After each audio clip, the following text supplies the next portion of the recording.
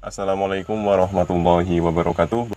Di kesempatan video kali ini saya akan menjelaskan tentang strategi bagaimana kita mengendalikan hama keong pada tanaman padi.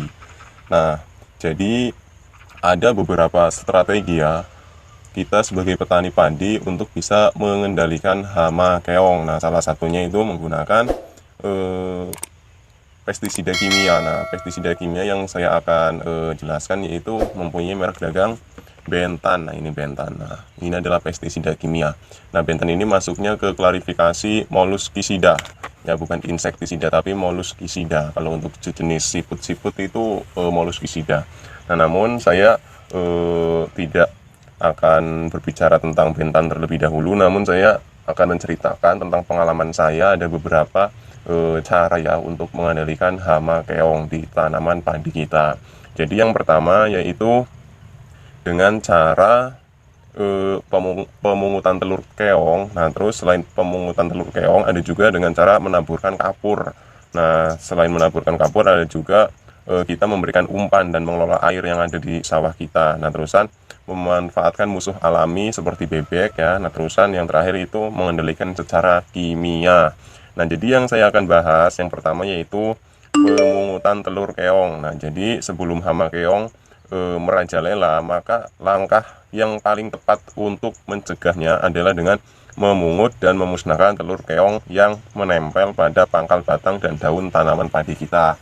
Nah, tapi menurut saya ini butuh ketelatenan ya. Kalau kita sebagai petani nggak telaten itu mungkin akan menyita waktu seperti itu. Nah, namun memang ini pernah saya praktekkan, namun dalam satu hari paling saya cuma dapat berapa, itu pun capek sekali kalau kita memungut telur keong. Nah, terus yang kedua kita bisa dengan cara menaburkan kapur. Jadi kapur yang kita taburkan yaitu jadi gini, jika telur hama keong mas sudah terlanjur berkembang menjadi keong agak dewasa, nah ini maka kita patut coba ya, kita bisa mencoba dengan menggunakan kapur yang biasa kita gunakan sebagai bahan bangunan. Caranya dengan menaburkan kapur tersebut di sekitar lahan, maka hama keong emas tersebut akan musnah dan akan mati. Namun cara ini pernah saya praktekkan juga, tapi kalau menurut saya kurang bagus. Kurang bagusnya, negatifnya itu kapur bangunan itu nanti bisa merusak lahan kita. Ini menurut saya kurang bagus. Memang sih bisa membunuh keong, tapi di satu sisi kalau kita menggunakan cara ini salah satu juga merusak lahan kita, lingkungan kita. Saya kira ini jangan dipraktekkan lah, kurang pas kalau menurut saya. Saya soalnya sudah pernah mempraktekkan. Nah, ini yang teman-teman petani harus dicoba, yaitu dengan cara pengelolaan air. Nah, jadi gini, kita ini kalau tanam padi biasanya kan ada yang memang lahannya itu diratakan, dan ada juga yang petaninya itu males-malesan tidak diratakan. Nah, kalau menurut saya itu diratakan terlebih dahulu. Setelah diratakan, nah terusan di samping galengan itu apa ya kalau bahasa Indonesianya, pematang lah ya, pematang. Nah, di samping pematangnya itu kita bikin sekitar 30 cm itu untuk drainase air.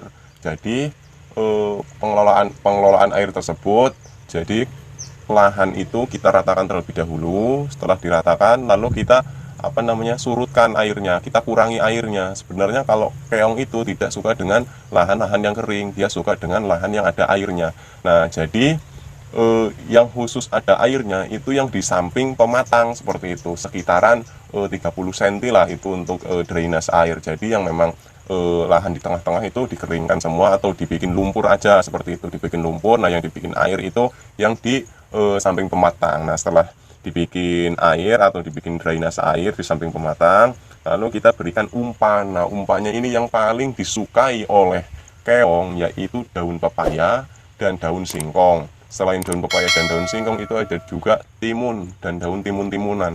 Nah, yang sudah saya praktekkan dulu itu menggunakan daun pepaya dan daun singkong. Itu sangat suka sekali keong dengan daun-daun itu.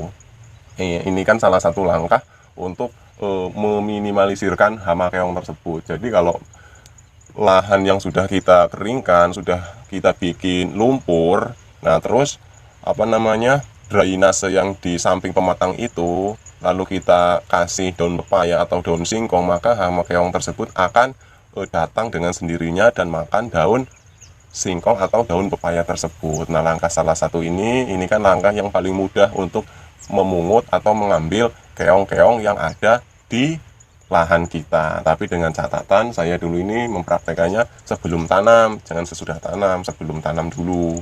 Nah, itu. Terus ini menurut saya pemanfaatan musuh alami. Jadi pemanfaatan musuh alami, kalau biasanya kita ini kan apa namanya, mau tanam itu kalau bisa, kalau kita punya bebek ya kita taruh bebek lah, kalau bahasa orang Jawanya itu ngangon bebek. Nah, ini salah satu yang efektif juga. Dulu itu saya pernah punya bebek, nah terus bebeknya itu diengon lah ya, diengon atau di apa ya, ditaruh di lahan gitu, suruh nyari keong-keong yang kecil. Nah, setelah saya mau tanam itu termasuk salah satu bisa minimalisirkan keong yang ada di lahan kita. Sebenarnya keong ini termasuk, kalau menurut saya itu dormannya gini, hampir kayak bakteri. Dia ini kalau di musim kemarau, dia ini bisa apa ya, bisa bersembunyi di dalam tanah yang sifat tanahnya itu ini lembab. Nah, sebenarnya dia nggak mati, namun dia dorman. Nah, namun ketika ada air hujan atau musim penghujan datang, maka dia ini bisa hidup kembali, bahkan bisa berkembang biak kembali seperti itu. Itu yang sering saya amati, seperti itulah kurang lebihnya itu kalau hama keong. Nah, ini yang terakhir ya, kita bisa menggunakan secara kimia. Nah, dengan menggunakan secara kimia ini yang paling efektif ketika umur tanaman padi kita sekitar 5 sampai 10 hari lah. Kalau bisa lagi ya sebelum tanam kita gunakan atau kita semprotkan pestisida yang mempunyai bahan aktif ventin asetat seperti itu. Jadi misalkan sekarang kita bikin lahan, setelah kita bikin lahan, sudah kita bajak, sudah menjadi lumpur. Nah, mungkin tanamnya itu 2 hari atau 3 hari yang akan datang. Nah, besok baru kita semprotkan pestisida yang mempunyai bahan aktif ventin asetat seperti itu. Nah, dengan misalkan kalau belum disemprot, sedangkan tanaman sudah ditanam, itu gimana Mas? Nah, itu juga bisa. Namun kita amati juga, biasanya saya mempraktekannya itu sebelum tanam dan sesudah tanam. Kalau misalkan sempatnya sebelum tanam, itu lebih baik. Kalau sesudah tanam ya juga itu baik. Soalnya dua-duanya itu sudah saya praktekkan semua. Nah, dan bisa ada hasilnya gitu. Keongnya bisa teratasi seperti itu. Jadi ya paling lama umur tanaman padi 10 hari lah itu kita aplikasikan pestisida kimia yang mempunyai bahan aktif ventin asetat. Nah, kalau untuk dosisnya, ventin asetat ini mereknya Bentan. Dosisnya ini kita bisa berikan dalam tangki ukuran 16 liter, kita bisa berikan 1 sampai 2 sendok makan seperti itu.